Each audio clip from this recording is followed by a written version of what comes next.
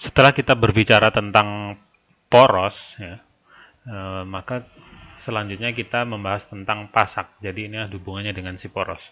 Nah, pasak ini atau dalam bahasa Inggris disebut case atau kuncian, ya, kunci. Ini merupakan elemen mesin yang digunakan untuk menetapkan atau mengunci bagian-bagian mesin seperti roda gigi, puli, kopling, dan sproket pada poros. Nah, makanya kita bilang tadi bahwa pasak ini berhubungan dengan si poros. Sehingga bagian-bagian tersebut ikut berputar dengan poros. Nah, jadi misalnya ada roda gigi, kemudian ada puli, kita pasangkan ke poros. Kalau tidak diberi pasak, otomatis kan ya ngelos gitu ya, atau dia akan terjadi selip muternya. Nah, maka untuk itu perlu dibuatlah pasak. Nah, fungsi utama dari pasak ini bisa juga digantikan oleh si poros berbentuk bintang atau poros spline. Nah, ini mungkin yang biasa sudah membongkar atau sering bongkar motor atau mobil, biasanya di sana ada poros yang bentuknya itu tidak halus. Nah, contoh sederhananya inilah gear sepeda motor yang bagian depan. Nah, itu kan dia porosnya berbentuk bintang atau bergerigi gitu ya, sehingga pada saat si gear depan atau sprocket depan itu dipasang ke poros, tidak perlu menambahkan pasak lagi. Nah, kita masuk ke desain pasak. Jadi pasak ini berbagai macam jenisnya, ya. Yang biasa digunakan pada mesin ini ada yang disebut dengan pasak pelana, kemudian pasak rata, pasak benam, ada pasak singgung. Ya. Ini contoh jenis-jenis pasak. Pasak pelana yang ini, kemudian pasak rata, ada pasak singgung, dan sebagainya ya. Ini contoh-contoh dari pasaknya. Nah, ada hal-hal yang penting yang harus diperhatikan pada proses mendesain atau merancang sebuah pasak. Yang pertama ini tentang bahan. Bahan pasak ini dipilih lebih lemah daripada bahan poros atau bahan elemen mesin yang harus ditahan oleh pasak. Kenapa begitu? Karena begini nih. Ada poros, kemudian ada juga roda gigi misalnya ya. Roda gigi itu kan bahannya terbuat dari bahan yang keras ya. Tujuannya apa? Tujuannya biar awet, biar tidak mudah rusak. Nah, kemudian poros juga dibuat dengan bahan yang kuat, yang keras. Nah, maka di sini untuk bagian pasaknya itu harus dibuat dengan kekuatan yang lebih rendah daripada gear atau roda gigi tadi, daripada porosnya juga. Kenapa? Sehingga pada saat terjadi kerusakan, maka yang rusak duluan ini adalah bagian pasaknya. Nah, ini hubungannya dengan apa? Dengan faktor ekonomis. Kenapa? Karena pasak ini kan bentuknya kecil, ukurannya kecil. Kalau dia dibuat gampang rusak, artinya pada saat terjadi beban berlebihan, maka bisa menimbulkan kerusakan. Yang dikorbankan adalah pasaknya saja. Kenapa? Karena bahannya kecil. Begitu diganti, biayanya murah.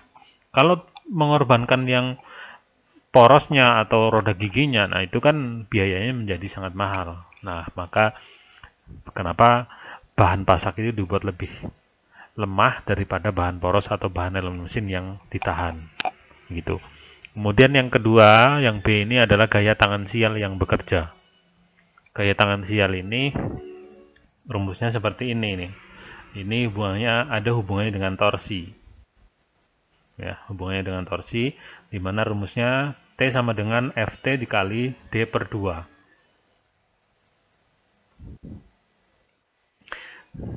Dengan T ini ada torsi dalam satuan Newton mm, kemudian Ft ini gaya tangan sial yang bekerja pada pasak tersebut dalam satuan Newton, dan D ini adalah diameter poros. Satuannya milimeter. Nah, kemudian yang ketiga adalah tegangan geser yang timbul. Tegangan geser yang timbul ini dirumuskan Fs dibagi dengan As, ya. Di mana Fs ini adalah gaya geser, As ini adalah luas bidang geser yang bergantung pada jenis pasak. Jadi nanti jenis pasak ada bermacam-macam tadi ya. Nah, itu nanti luas bidang gesernya itu tergantung bentuknya, tergantung jenisnya. Nah, misalnya untuk pasak benam segi 4, nah ini luas bidangnya ini sama dengan B dikali dengan L, ya. Dimana B ini adalah lebarnya, kemudian L adalah panjang dari pasak tersebut. Maka untuk mencari tegangan geser yang timbul pada pasak, tahu sama dengan Fs dibagi As. Rumus dasarnya kita masukkan nih, Fs dibagi As-nya itu apa? B dikali L. Nah, jadi Fs dibagi dengan B kali L. Nah, kemudian yang keempat adalah jika tegangan geser bahan pasak, tau dan angka keamanan SF, ya, atau safety faktornya, maka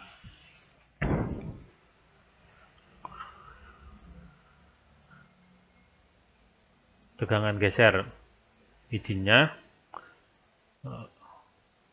tegangan geser bahan atau tau ini dibagi dengan SF atau safety faktornya. Nah, untuk keamanan,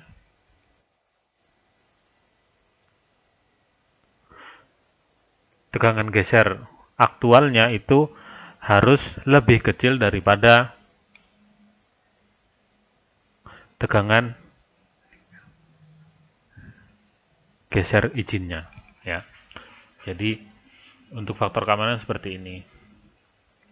Kemudian yang kedua ini tentang panjang pasaknya. Jadi ini ada sebuah gambar dimensi pasak, ya. Jadi dimensinya ini ada T, ini tebalnya, tebal dari pasaknya. Jadi di sini nih, tebal pasak. Ini nilainya adalah 2/3 dari B, yang mana B ini adalah lebar. Sementara untuk lebarnya sendiri, ya, lebar pasaknya ini nilainya D dibagi dengan 4, diameter porosnya bagi 4. Berarti dia nilai B ini 1/4 dari diameter poros. Kemudian L ini adalah panjang dalam satuan milimeter, kemudian D ini diameter poros tadi, T ini adalah tegangan geser pasak, ya.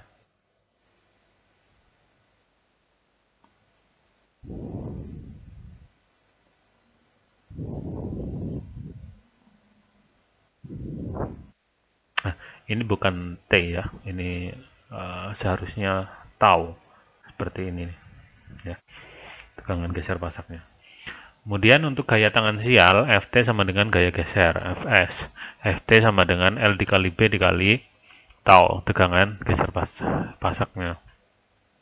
Kemudian torsi yang ditransmisikan oleh poros, T sama dengan, jadi T-nya ini torsi, kalau yang ini tadi tegangan geser ini tau, ini tau, ya. Jadi T sama dengan Ft dikali D/2, di mana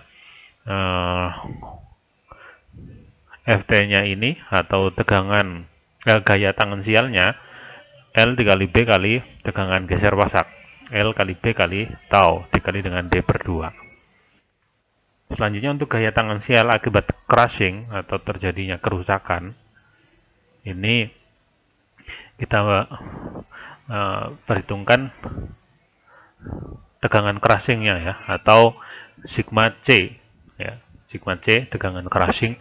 Ini dari rumus ini, ya, Ft sama dengan L kali T/2 dikali dengan tegangan crushingnya, sehingga T-nya sama dengan Ft kali D/2 sama dengan L dikali T/2 kali tegangan crushing dikali D/2. Kemudian torsi akibat gaya geser sama dengan torsi akibat crushingnya, L kali B kali tegangan geser, tau dikali D/2 sama dengan L kali T/2 kali sigma C dikali dengan D/2. Maka B per T-nya sama dengan sigma C dibagi dengan 2 tau. Kemudian torsi versus tegangan geser pada pasak.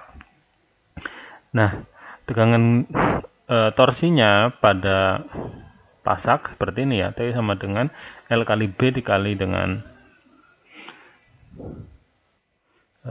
tegangan geser bahan pasak atau tau K dikali dengan D/2. Sedangkan untuk torsi versus torsional shear-nya atau tegangan geser bahan porosnya, ya, ini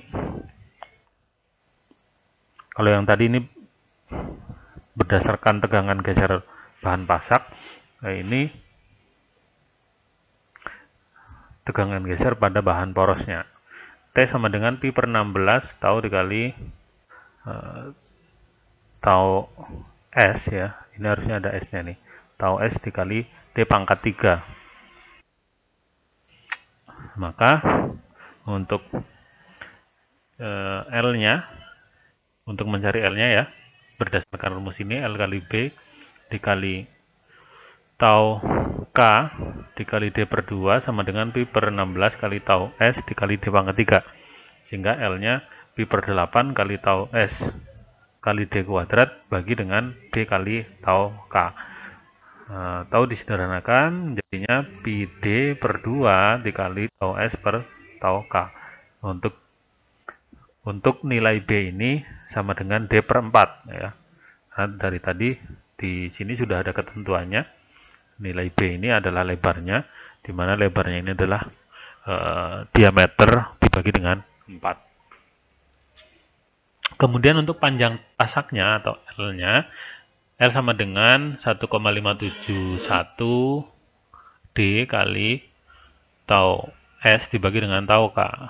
Ini tau S mungkin untuk bahan poros, tau K tadi untuk bahan pasaknya.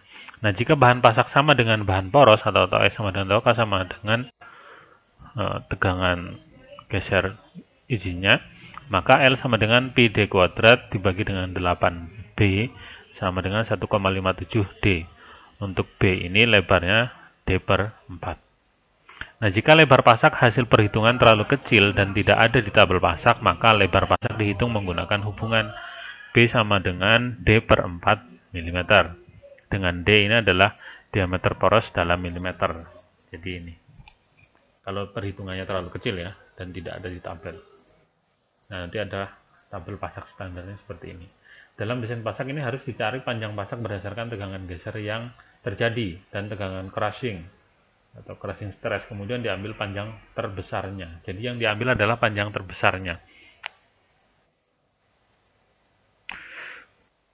Nah, panjang pasak direkomendasikan dalam satuan milimeter ini 6, 8, 10, 14, 16, 20, 22 dan seterusnya sampai dengan 400 mm.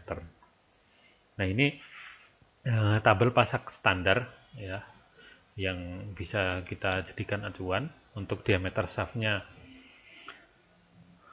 sampai dengan 6 mm, lebarnya ini 2, ya, ketebalannya ini 2 juga, kemudian shaft diameternya,